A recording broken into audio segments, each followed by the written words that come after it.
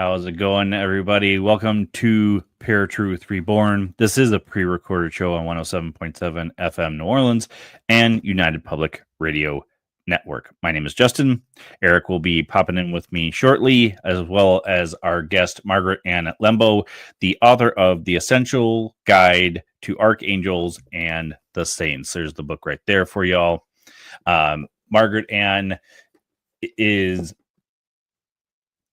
an award-winning author, aromatherapist, and the owner of the Crystal Garden.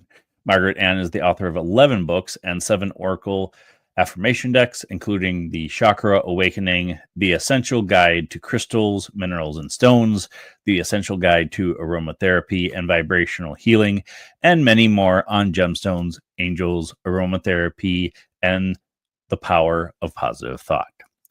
And without further ado, I'm going to bring in Erik and Margaret Ann Lembo.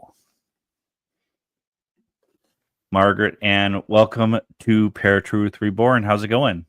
It's going good. Thank you for having me. I appreciate it. Yeah, glad to have you on. So this is actually something we've never talked about before, so it'll be interesting.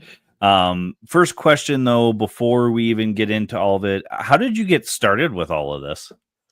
You mean in regard to, like, specifically the world of metaphysics and that? Yeah. So, growing up a Roman Catholic, you would think, oh, that doesn't make sense that, she's into understanding the world of metaphysics and spirituality. But as a child, I had a very magical, mystical experience overall with the Catholic Church. And my mother taught me about how to do telepathy, what extrasensory perception was. ESP is what it was called at the time, which is basically intuition, right? And so I grew up with it naturally, and we read the horoscope every morning. So it was a natural part of my life to work with what is considered metaphysical, although I didn't know it was called that at the time. Now, I'm assuming your mother kind of was brought up in that, or did she kind of like stumble across it? It may have been, she was born in Italy and came to the United States as a very little girl, like 9 months old.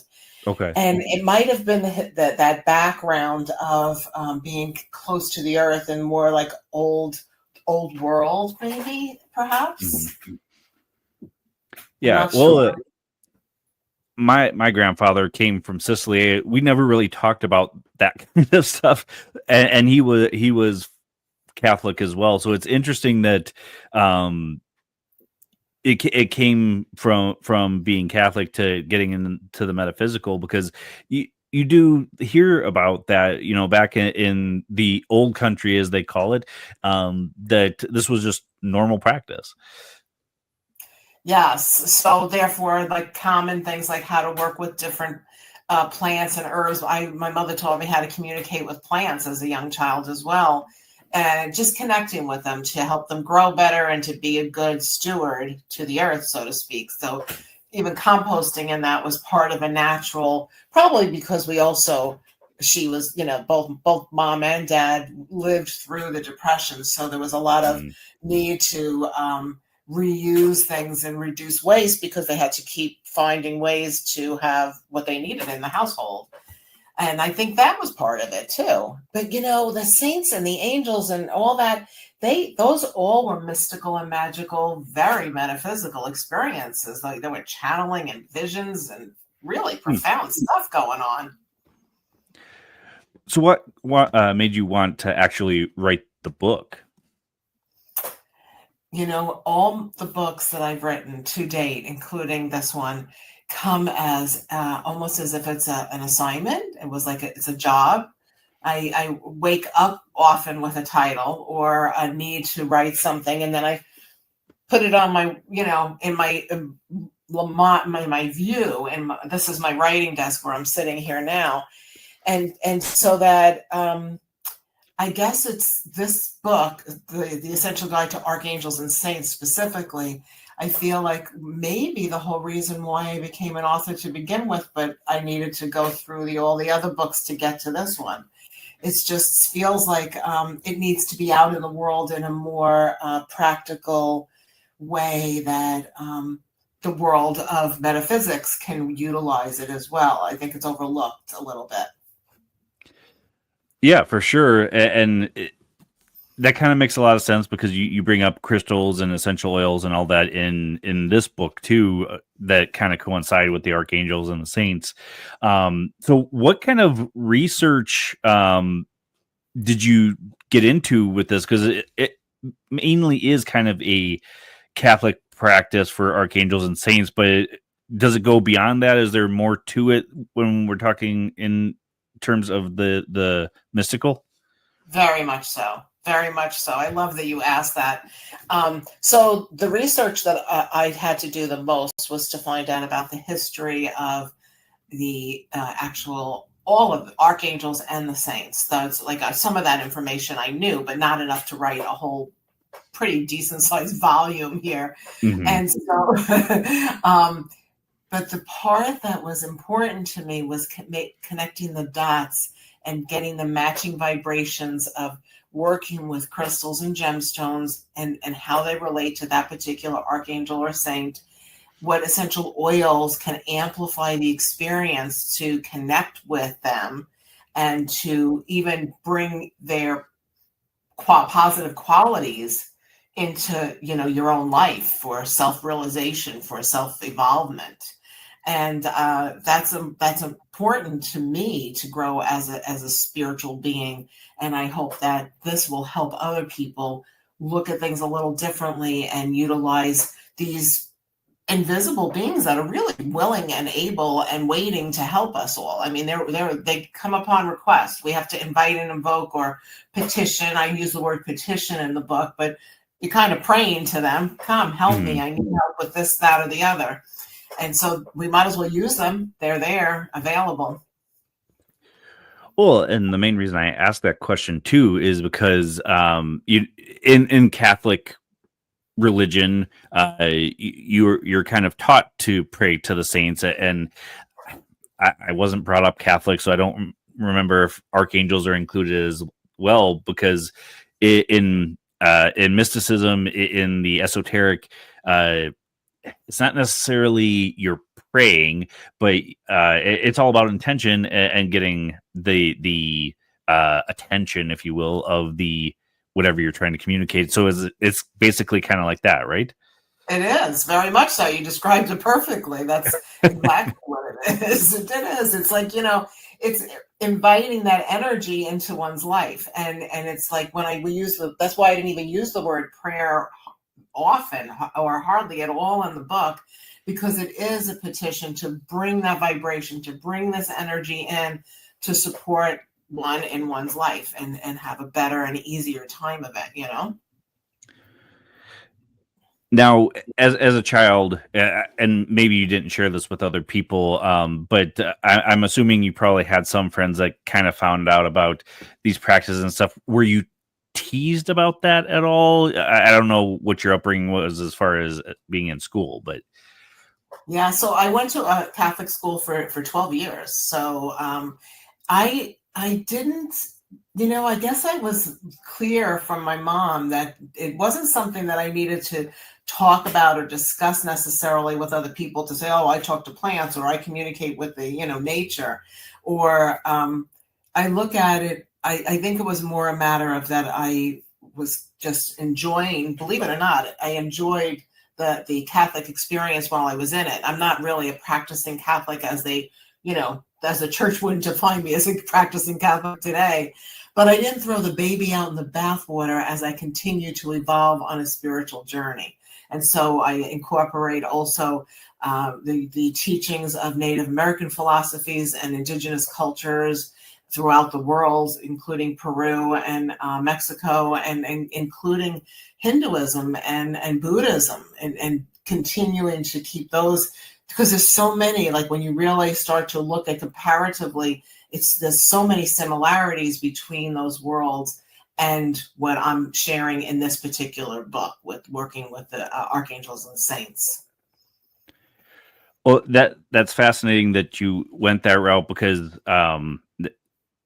little back history on me. I was brought up Protestant.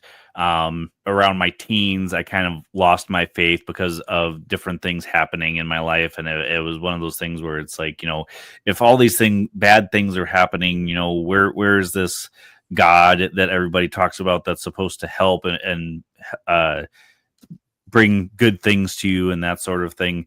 And then when I came back to faith, I still wasn't as dedicated as Erik is now. He came back to faith full force, and he has actually gone a long time without his faith wavering, which is amazing in and of itself. But I've always had the inclination that religion's a man-made thing that everybody's trying to explain or try to explain this other stuff that nobody sees. That's really that's a good point. I find that it is faith we're talking about here, but I don't feel like we're talking about religion. That's not. Even though this is so associated with religion because it's what it's based on. I feel like these are energies or entities and energies that are available for us to connect with. And yes, faith is extremely important, but for me, faith doesn't necessarily match with being religious anymore. It used to when I was growing up, can't have 12 years of Catholic school and not have that combined, But I think Erik was in there too. Is he a good? Yeah. Hi, Erik. Hi. Margaret Ann, Erik. Hi, Margaret. Nice to meet you. Apologize for being late. It's no been a worries. No, I've been enjoying time with Justin. No worries at all. So, Erik, we went over a couple of the questions that are in our notes here, but Margaret was brought up Roman Catholic as you were. Okay. And her parents actually came from Italy, or was it just your mother that came from Italy, or both parents? Well, my father was born here, but both sets of grandparents all from Italy. Okay. Oh, cool. So that's how she got started on the kind of esoteric portion, which is in the book. Okay. Makes sense. And you know what else? I had a family. Well, he wasn't a family member. He was a friend of the family. One of my father's best friends. His name was Vic. He introduced me to Edgar Cayce as the sleeping prophet and the magic of believing and the power of our intention. Back when I was like 8 years old, or in that early preteen age, even younger perhaps, So that also brought the metaphysical into my world, in addition to what I was picking up with, because Mom was a prophetic dreamer too. That has another part of it. That how can you not consider beyond the ordinary when a woman wakes up and says, like, you're not going on that field trip, Margaret, because I had a dream. What was the dream, Margaret? Mommy, no, I'm not going to tell you, but you can't go. And then she was right. Something happened. Always.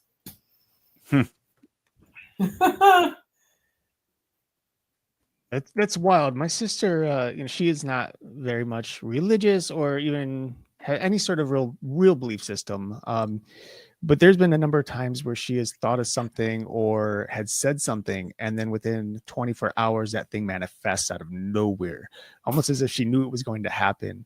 And like to this day, they should be doing this her whole life, but she still doesn't give it any credence to it. It's just kind of like, it's just a thing. It happens to all be coincidence. And I'm like, there's a certain time where coincidence just isn't coincidence, That's really profound. And she just accepts it as just totally normal and ordinary. Yeah. I mean, she gets weirded out about it for sure. So she's like very careful to, like, for example, I'll tell you a quick little story, but when she was in middle school or high school, there was some kid bothering her, and she told him, she's like, I hope you get hit by a bus. And the next morning he's riding his bike to school and he got hit by a bus. And thankfully he was okay. Like, he had to go to the hospital and all, but it wasn't anything too serious. But things like that have happened multiple times to her throughout her life. She just like, I don't know. She just kind of chalks it up like, I'll just be careful on what I say, and that's it. but she also seems to have very high anxiety at times. So I don't know if that plays into it. Sorry, my cat is like walking in front of the camera here. I'm a cat lover. There's three inside, and I don't even want to tell you how many outdoor cats we have. But yeah, you know, it's like I love the ears over here. Well, you know, my cat, he just learned that there's a cursor on the screen like 2 weeks ago. So now every time I come up here to do the podcast, he's right in front of the screen, ready to slap it. And it's like, dude, you're in the way. Hysterical. I love it. So you were finding that she actually would say something, and that something would become manifest reality, not because she was like overly trying to make it happen either. Right. No, like there was nothing that she didn't want any of these things to happen. It just happened to be that whatever she said would indeed happen. But yeah, she hasn't like really given any credence to it. You know, she thinks about it. She talks about how weird it was or is. But that's it. She's like, I'm just not going to say anything bad about anybody just in case. Yeah. That's probably a wise decision. Very good idea. That's true. Thought she was talking it into reality. Right. Sounds like it. Only use it for the positive, right? Right. Now, Margaret Ann, something I wanted to ask in regards to, you know, the essential oils, the crystals, even the zodiac signs. It's fascinating to me that certain zodiac signs kind of pair with different archangels and even saints. So I guess similar to the same question I asked you earlier, how did you kind of come across, like, how is it just like the energies that you're feeling off of it, or how does that work? Okay. So I have the way I see things with crystals and gemstones is they have a certain vibration. And so let's say, you know, my celestial crystal, you know, like this has a certain energy. So this would be really associated with bringing forth information from like the Akashic records, or from higher wisdom, higher knowledge. So then that would make me look at, okay, this archangel, whichever one it is, because at this moment I can't think of one to specifically. Maybe Zadkiel could match up with that, and it would, or like with Zadkiel, a stone that is fiery, like fire agate or sunstone.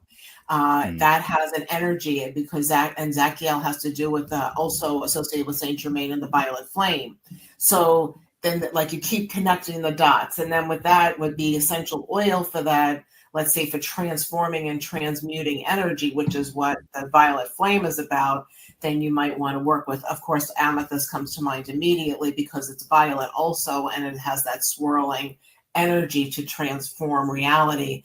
If we allow that to be in our field, you know, we have to consciously connect with it. So it's not like the crystal does it, or the essential oil. It's more the intention that's amplifying because of the use of the crystal and the essential oil. Did that make sense? Mm-hmm. It does make sense. Cool. Now, like when you're actually using those things, though, like some of the angels, they tend to vie with similar elements or crystals. So is it more of a particular thought process, or just simply calling upon the name of a particular angel or saint when you want to commune with them? And how do you determine whether or not it's the exact angel or saint that you're trying to reach out to? So I don't worry too much about, like, I don't think too much about that is, we'll stay with Zadkiel because his name came up. So not so much, is Zadkiel here in my presence? I don't worry about that so much. I think of it more like, I trust that my prayer, my request for assistance is being heard. And if Zadkiel is the best one, he brings it to the level of God, Goddess, Creator, to the next highest level, so that it starts to help orchestrate life in such a way that it helps to transform reality. Okay.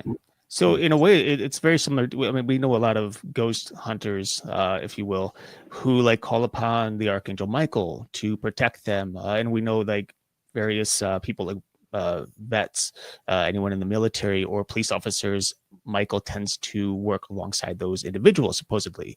So in a way, it's very similar to that. You're just calling upon an angel for help and expecting them to go higher to God or another angel, even to either protect or do whatever it is you're asking for in prayer. Yeah. Yes. And our Archangel Michael is one of the most loved and most popular archangels. It's even made like I have a line, I'm an aromatherapist, and I have a line of sprays that include an Archangel Michael spray, and which I got from a meditation. I got the formula through a meditation, and that's one of the most popular ones. And the reason is also that it's the angel of protection, is the angel of making sure that justice is upheld. So of course that makes it great for law enforcement and for first responders and our military. Fantastic. But for everybody, Michael can help us all. I like to call him Michael because all the archangels have the EL on the end. And but Michael, we make it just sound ordinary. So Right. Gabrielle, Michael. I honestly feel that pop culture has romanticized Michael over a lot of the other angels as well, though, too. Yeah, you're right. That's true. That's true. And when you really start researching some of the other ones, like Jehudiel is very much along the same lines as Michael. He's very much similar in the protective energy. So there are other archangels that are lesser known. And like I love the story of Archangel Barakael, which is an archangel I didn't even know about until I was doing research for the book. And this is an angel of blessings. It's someone who brings blessings into your life. So I would love to have an archangel on my side bringing blessings forward into my life. And I wish that for everybody to feel like they have blessings,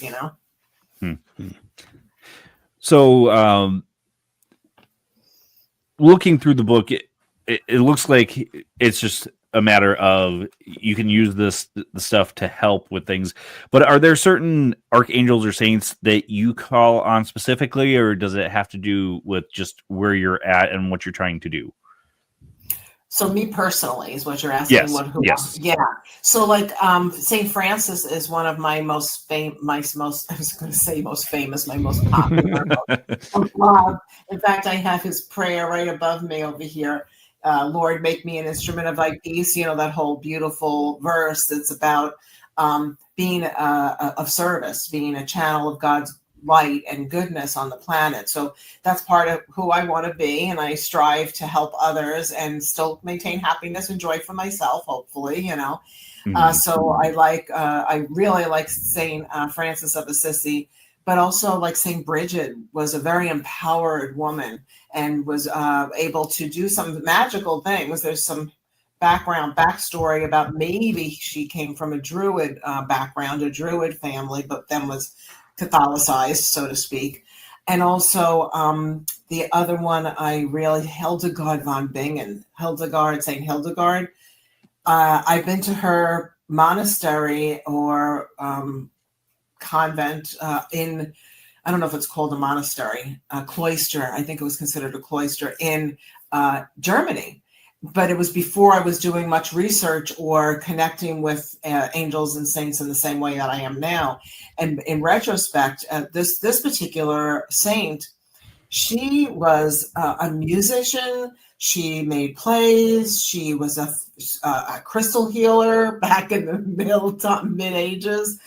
She was she wrote letters and talked to popes and high level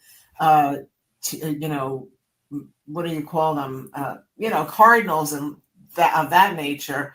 And they respected what she had to say. She brought through so much information and knowledge to people. I'm pulled the book because I was looking to see what, I don't know. Look at how beautiful that cover is. Didn't Llewellyn do a beautiful job? It is beautiful. Yeah. It's a really nice one.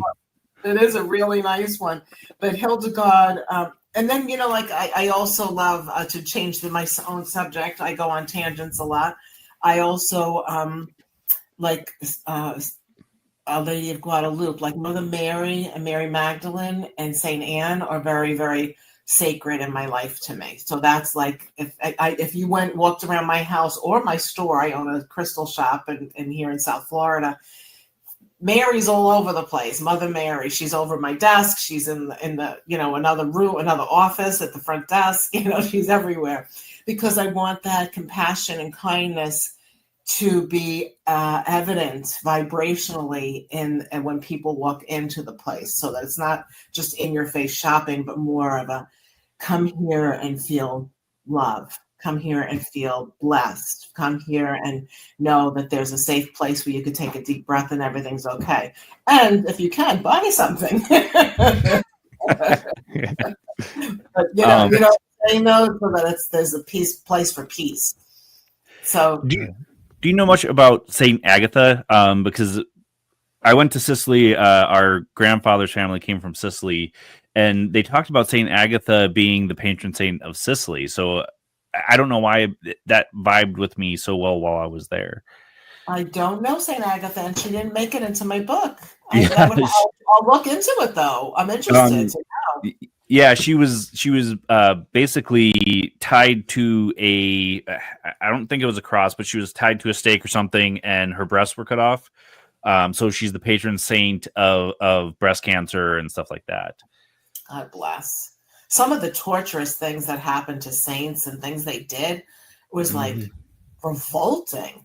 And yet they didn't, even that they didn't give up. These saints were so strong in their faith, which is probably why they become like a beacon for us to say, okay, they got through this to the other side and still created miracles. Because saints become saints, they have to be beatified and then canonized, because they actually created a miracle, or have been known that there was evidence of a miracle, which that's so cool. I wouldn't mind being someone who makes miracles in people's lives. Now, let's say it's like any individual who's calling upon an angel or a saint for, whether it be, let's say, peace or maybe energy or something like that. Isn't there any possibility that simply by calling upon a particular entity, they're just manifesting it themselves by allowing themselves to believe that it's going to happen? I totally believe that. Okay. I do. I feel like this is just a way to connect with the vibration, so they're energetically vibrating at the same rate. And then it's really, we're the empowered ones. It's just that we're honoring and respecting and connecting with a divine being. Did that answer your question? Yeah, absolutely. Yeah. So there would be plenty out there that would say that, we can't control who we're actually bringing into our presence. I know that a lot of us feel that if it's a positive presence, then it has to be an archangel or it has to be a saint. But there would be plenty out there that say that, calling upon any type of spiritual energy, you're kind of on the fringes of bringing up something negative that could be masquerading as something of light. What are your thoughts on that? Wow, that's a good one. So that's where faith comes in, and having trust in your own connection with the divine. So in my world, negative energies or entities are not even allowed in my space. And that's just how I feel strongly.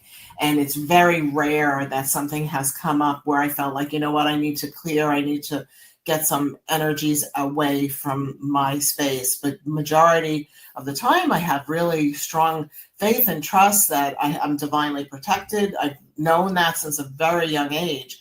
So maybe because my own belief system doesn't allow for that, it's like, not today, Satan. Not today, Satan. Not today. Right. I've always, whenever I heard that phrase, it's like, I love that. Not an option. Well, I think also, going off of that belief system, just your own personal beliefs, your faith, it's actually scripturally based. The Lord says that when we pray about something, we should believe we've already received it. And so believing that, for example, we're surrounded by a bright light that protects us from negative energies, or believing that a negative energy can't influence or walk into our territory because of the spirits that are with us, or the Holy Spirit. And I think a lot of people, they have this idea, like, if you just, and not saying that it can't happen, where you ask God something and you don't have any belief or faith in it. I'm not saying he can't work through that, because he's God. He's very capable of working through anything and everything. But I feel like a lot of people don't understand how to have a belief, because they doubt so much. They're like, oh, well, I can't see and touch and, feel or taste this thing, so I'm praying to the Netherlands, like into the oblivion, and it's out there. Let's hope for the best. I wonder about that. To be honest with you, I think that strong faith is cultivated probably at a young age.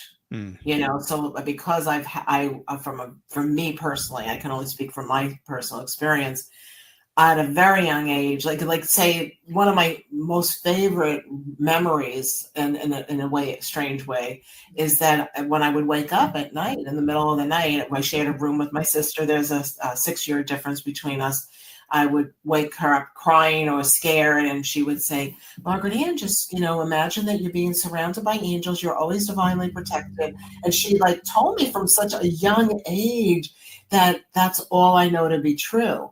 But we can bring in other negative vibrations, but it's because we leave an opening in our belief systems, an opening in our consciousness, an opening that does doubt. I don't know how to teach somebody how not to doubt, other than to work toward with I think contemplation and meditation and prayer combination can really help cultivate that strength in one's own ability to know the difference between good and bad, and what should I let in my space and what should I not let in my space. Right. And that comes over time too, practice, even as we grow. When I was in my 20s and 30s, I had a different, level of experience. Now that I'm in my 60s, I have more experience, So I think we continue to cultivate and grow if we do it with intention. Right, for sure. And it's like, I feel like people tend to, what was the word I was going to say? You know what? It's one of those thoughts I had and it just slipped out. Gone. So maybe not for right this moment. Maybe it wasn't right this moment. It's amazing how often that happens to me, unfortunately. Well, maybe it's because it needs to be unsaid in the moment. So if it's be important, we'll remember. Yeah. Well, Margaret Ann, you broke one of the cardinal rules. A lady does not share her age. Oh, is that true? I didn't say what age exactly. I didn't know that was a cardinal rule. Oh my goodness. It's just a number. It's our belief system again. How we absolutely 100%. Reality, you're still 25, right? Yep, that's it. In a lot of ways, I think I am in my early 40s. To be honest with you, I just hold that vibration. See, your cat agrees. Yeah, he does. I love that your cat's doing that. They're menaces. They are menaces. Yeah, my hellhounds like to make an appearance every once in a while too. So. Cats. Dogs. Yeah. Cool. 2 of them. That's nice. Yeah. Very cool. I love animals. Yeah, we do too, apparently. What else? I remembered what I was going to say earlier. Good. Hey. Yay.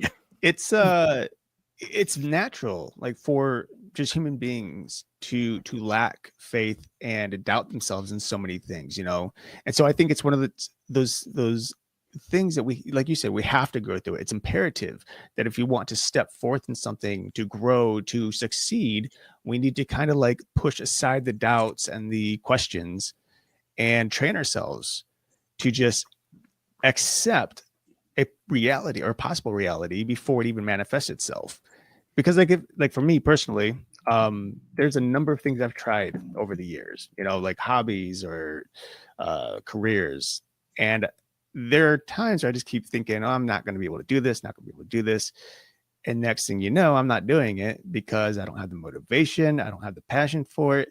And I see that a lot, especially nowadays. I mean, obviously the world is just, it's going to some place that is just a mess, right? And people are becoming more and more out of tune with themselves. They're starting to focus more on the media and what the world says they should be, or how they should act, or what type of jobs they should have, so I feel like, along with what you're saying, just a lot of people, they kind of suffer the belief systems and trusting in God to guide them, or just trusting in the universe for some people. And it's really kind of sad when you think about it. Like, there's so many friends of mine who've just, they had a dream and they just let it go because they just didn't think they could do it. And I was like, you didn't even try. You didn't push yourself,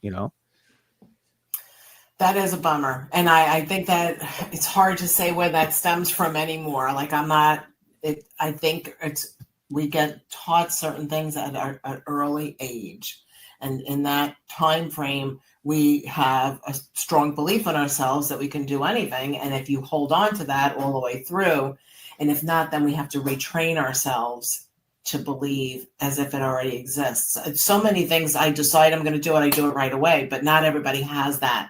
Right. So that's another reason why I have my store, the Crystal Garden, so that people have that experience to come and have, come to an event or find the right book to help them support them. But the same thing with my own books. That's why I have my books and my sprays, is to encourage people to step into their personal power and to follow their dreams. Because, I grew up with a dad that would always say to me, Margaret Ann, you don't know until you try. So try. And if it doesn't work exactly the way you wanted it to, then you just readjust yourself until it's right. And that's how I've led my life now. And so, but not everybody had that somebody that was telling them you can do it, or, you don't know until you try. Maybe they had someone in their life that's telling them they're not so smart, or what's wrong with you, or you're so lazy, you cancel clear, all those things. But that sticks and it ingrains into our consciousness and becomes like cords. That's why I even do cord cutting ceremonies with people in groups and privately, to help disconnect those cords that are holding them back and become perceived blocks, when they're not really blocks. It's just that these things got ingrained into our consciousness. So It's like, let's get them out of there. Let's get them out of the way. I know for as a born again Christian, you just talked about cutting cords. That is something that I personally do. Like, I have to imagine or picture things, especially when I'm cutting cords or trying to manifest prayers or something like that. I say manifest prayers, but when I'm praying, I try to believe that God is truly going to do what I'm asking. But I know a lot of Christians who are like, well, cutting cords, that isn't a Christian thing to do. That's more occultish. And I'm like, God tells us that we should believe in the things we pray for. We should be imaginative. We should be open-minded to the possibilities. And if cutting a cord, like, for example, let's just say I drink too much and I want to stop drinking. I have to physically, in my mind, put a bottle of alcohol on one side, me on the other, and cut an imaginary cord to help me see it happening, because it's easier to manifest that and believe it. Whereas, some people be like, oh, I'm just going to stop drinking. But then the thought continues because there's something kind of hanging, lingering, following them around, And I find that really interesting. Like, I find a lot of Christian people who actually, they're very hesitant on things that are outside the realm of the typical Christian church. That I have observed as well. But I, approach life on a more of a metaphysical level. So I don't, anybody that maybe feels that way doesn't necessarily resonate with me or my teachings or coming into my store. To them, maybe something's wrong, or that's the devil, kind of stuff. And sure. Like, I have to respect their belief system, but I don't have to agree with it. Right. I can say that Erik has come a long way in his faith, because when he first came back to Christianity, it was full force, everything else is of the devil, the only thing is God, which I'm sure he still believes everything is of God. But we had separated for a while doing podcasting, and when we came back with ParaTruth, he had gotten a whole new respect for the other side of things. So he's come a long way in his faith. Well, that's beautiful. That's baby great. Learning, just a baby learning, walking through life. I think we all are. We're always absolutely, learning. Yeah, absolutely. It's like, people would say to me, Margaret, I'm a recovering Catholic. And this is years ago that people would say this. They probably would say it now too, but I would say, what are you recovering from? And I didn't understand that. But for some people, it was a negative experience because of probably indoctrination or feeling guilty, or you're not allowed to do this, or too many rules or whatever. And for me, I want my faith and my spiritual connection to be just that, a spiritual connection, not just following a particular set of doctrines. And that doesn't mean that for some people that's not the way. Sometimes that is the way that is best for them. And so that's why there's so many religions too, like for people to find different paths to kind of the same place. I think we're all going in the same direction. We just are approaching it differently. Mm-hmm. So something that looking through the book, it does become clear, but I wanted to ask you, what type of things can you ask for help from the saints and the angels? I think anything and everything. So, there's a category of angels that I refer to as everyday angels. And that's like, maybe you're nervous about speaking in front of a group. So the angel of public speaking, I'm calling on you to come, this energy, this vibration to support me, so I have the strength and the courage to speak in public. Or it could be as basic as, wanting to have the garden grow better. So I want to call on the angel of nature to help me be a better gardener, because I am a gardener and I love to plant and have the whole thing going on outside. And it can be to help, maybe the in-laws are fighting amongst, the relatives and in-laws are all fighting and you want to find peace. Well, St. Elizabeth Ann Seton might be one to call on and say, I need some intervention here. I want some help. Or the angel of harmonious relationships. So you base it on whatever is happening in the world, in your personal world. You could do it also for the bigger outer world, of course, too. But we find inner peace first, and then hopefully it ripples out to, as far as we can make it go without pushing it onto people. Okay. All right. Now for people, let's just say, who are just starting with wanting to reach out to archangels or saints, but they don't really know how to start or where to start or what particular angel to reach out to. And let's just say they don't have your book to guide them. How does one actually go about? Is it just research, or do they go ahead and just ask anything to anyone who's listening, or how would you guide them in that situation? So I wouldn't ask anything to anyone who is just happened to maybe listening, because you don't know who you're calling out to. Right. I would say potentially a little bit of research would help, or looking to someone else who has the experience or knowledge or the connection with the divine that they could find, maybe a spiritual teacher who is authentic that might be able to guide them how to reach out. But the main and the easiest way, I think, is to decide, what I need help with, and then state what it is. And I'm asking for only the highest and best energies to come and guide me on my journey.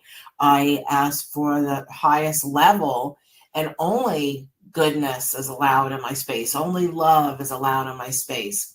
Shine light on my path so I can see what I need to see, or hear what I need to hear, know what I need to know, and reveal to me truths and help me to be a better person. And, it's like you're just talking to a good friend, but you can't see them. They're not there, And that's how I would go about it personally. All right. Now, the essential oils, the crystals, stuff like that, is it kind of essential to use some of that stuff to communicate, or is it just like a guiding thing for your intention? Yeah, it's not essential to do it. I think it's a lovely addition, and because the what we'll call, let's say, the New Age community or the metaphysical community, it will. I wanted to also reach that audience so that they have an opportunity to use and say they want to call on Archangel Jophiel or Archangel Chamuel and hold a rose quartz to help them with love, and so that gives them something tangible to touch, and it's pink, it's vibrating at the rate of love, or so it gives some solidity. It gives something that we can experience. With the olfactory nerve, it's going through the limbic system of the brain, and it reaches a whole part of our consciousness that we barely can, consciously know. And so essential oils can help us in so many ways, but especially it can be for protection, especially if it's new to us and maybe we want to use some kind of an essential oil or blend, like maybe sage and cedar together and spray it around. I have some sprays back here, and just spray it around to say, okay, I want to have protection when I'm calling on these energies, or I want to open my awareness, my consciousness, so I can receive more. So I want this essential oil to help me, maybe lemon for clarity, to inhale that. Any citrus oil, actually. It seems like especially grapefruit and pink grapefruit, those essential oils are very good to kind of wake up your consciousness and open your mind to receive. Okay. Now, so you talk about using crystals, you talk about using essential oils. What if the one thing I didn't see that you touched base on was the idea of using various sound waves? A lot of people, especially meditation, use sound waves to orchestrate various mind lengths. How to, like, for meditation, I use one particular sound wave for my meditation, which helps me to fall deeper and into a more relaxed state. Have you done any research on using sound waves in terms of reaching out to some of these angels or saints? Yes, I would say yes. So for many years, I've been working with the crystal singing bowls, and I do crystal singing bowl events to, like, sound baths to realign the chakra system. And that's a foundational experience that can help one open up one's consciousness to clear out what's no longer for the highest good. So when we become conscious of what each of the chakras are about and how that energy is in our own field, potentially blocking our field, then you can use the sounds, which are basically the notes of the scale, C through A, I think it is A. That is, it goes all the way through, and that is each one of the chakras are tuned to a different sound. And then having the physical and mental and emotional body all vibrating and balance can open up one's consciousness to receive more guidance, more information, even just to calm down and relax and know that everything is well. Mm-hmm. Okay. So with any of our listeners, what is it that you want people to take from this book if they purchase it? I would like everyone to remember, and I want to say remember, that they are love and that they deserve love and that they can attract happiness and joy and peace and harmony in their life. And that if they choose to work with a book like mine, like The Essential Guide to Archangels and Saints, that there are tools in there that can help them on that journey to remember their true essence, their true spiritual being, because that's who they truly are. Their natural is truly a spiritual being, and that natural state is love. And that's what I want us to remember, that we are love, and all that is attracted to us is love. And then if we do, then we should be pretty happy for most of the days of our lives if we're vibrating at a rate of love. All right. All right, Margaret Ann, thank you so much for being on ParaTruth Reborn with us. I want to give you the chance to tell everybody where they can find you, find the book. The mic's all yours. Oh, thank you so much. So you can find me at my store, The Crystal Garden. So that's thecrystalgarden.com, or on my website as Margaret Ann Lembo, the author, margaretannlembo.com. You can also find me on TikTok, on Instagram, on Facebook. I'm also into gardening, so I post different things that are uplifting and inspiring, but also what's growing in my garden in South Florida. I'm in the tropics here. And I hope to see you sometime, and a YouTube channel as well, Margaret Ann Lembo YouTube channel. So you can find me in various ways. All of my books, I have 11 now, can be found at all major bookstores. And of course on Amazon and Barnes and Noble and Books A Million and all the good big box bookstores, as well as your local mom and pop shop, which I totally encourage that you support. And of course, you can buy them from me too. Well, being a fellow author, I completely agree with you 100%. Local bookstores are so much better to get into, just because the big ones, yeah, that's great if you can get into them, but the local ones are going to really support you above and beyond what the big ones do. It's true. It's true. That's your like hand selling your books and real connection. Right. Yeah, for sure.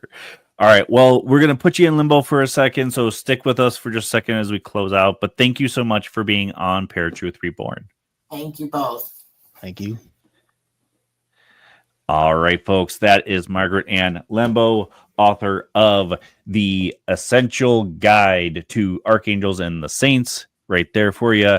If you haven't checked it out, make sure you check it out. It's a very interesting read. Next week, we're going to be actually bringing back a good friend, William J. Hall, to talk about his book, The Bridgeport Poltergeist on Lindley Street. We've had Bill on several times, so we hope that you enjoy him. I should take that back. We had him on ParaTruth Radio. We're bringing him to ParaTruth Reborn.